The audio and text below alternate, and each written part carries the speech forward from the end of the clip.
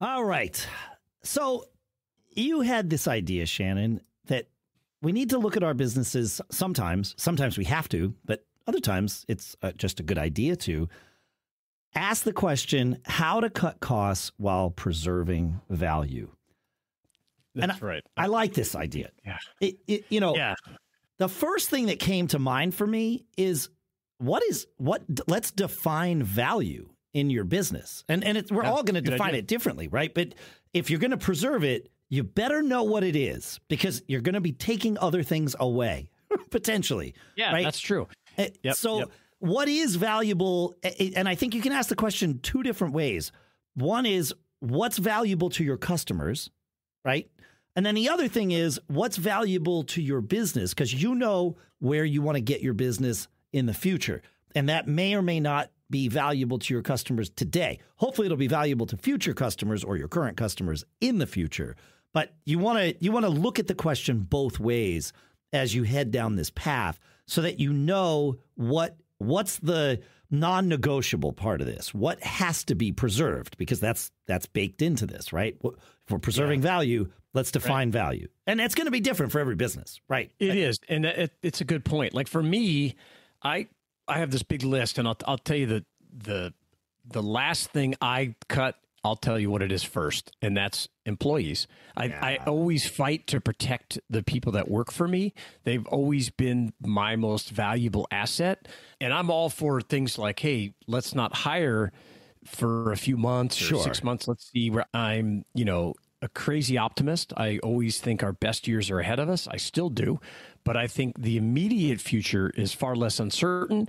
I think there's a very good chance that we're rolling into a recession here. That's to let off some of the steam. If you've looked at the markets and you look at housing and interest rates, and there's a lot of things going on with fuel prices. I'm in California, and average cost of gas is over $6 a gallon right now.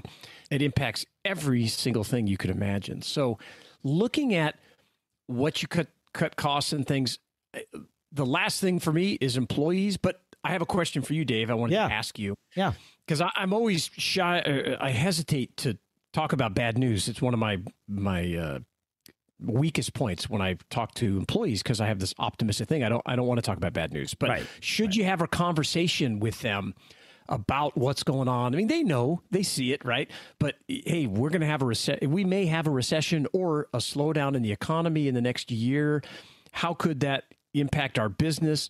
And you have to talk with them, right? They have to know what's going on. Yeah. When, I'm the easy example is to rewind about 2 years, maybe 2 years and 2 months, to when lockdown started with the pandemic and, all of that stuff. Businesses were closing, or, long before PPP or any of that stuff saw the light of day.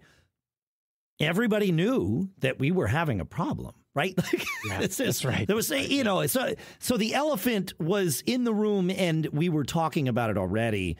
But it hit me, about a month into things, and it might not have been a month. It might have been just a few weeks, but it seemed like things had been going on a while. Like, it wasn't days into this. It was, okay, here we are. Now, of course, me as the business owner, I get to see everything. I get to know everything about the health of the business, right? I have to know that. Whether I want to admit some of those things or not at the time is different, right? But I know it. I'm aware of these things, whether I choose to ignore them or pay attention to them or whatever. I know them. And it hit me one day. I knew that our companies at that point in time were all solid. Like, we were going to be able to keep everybody employed for 6 months while we figured out what was going on in the world. And I knew this. Okay. And then suddenly it hit me one morning. I'm like, wait a minute, I've known this, and I've been fully aware of this for like a week, because I dug in. I'm like, all right, if revenue slows and this happens and that happens, what are my options, and what difficult decisions might I need to make? And so I went through and I did it all. So I had done this exercise and realized, okay, we're going to be fine for a little while. Like, who knows how long this is going to go, what impacts it's going to have. We don't know, but we can do 6 months, no problem.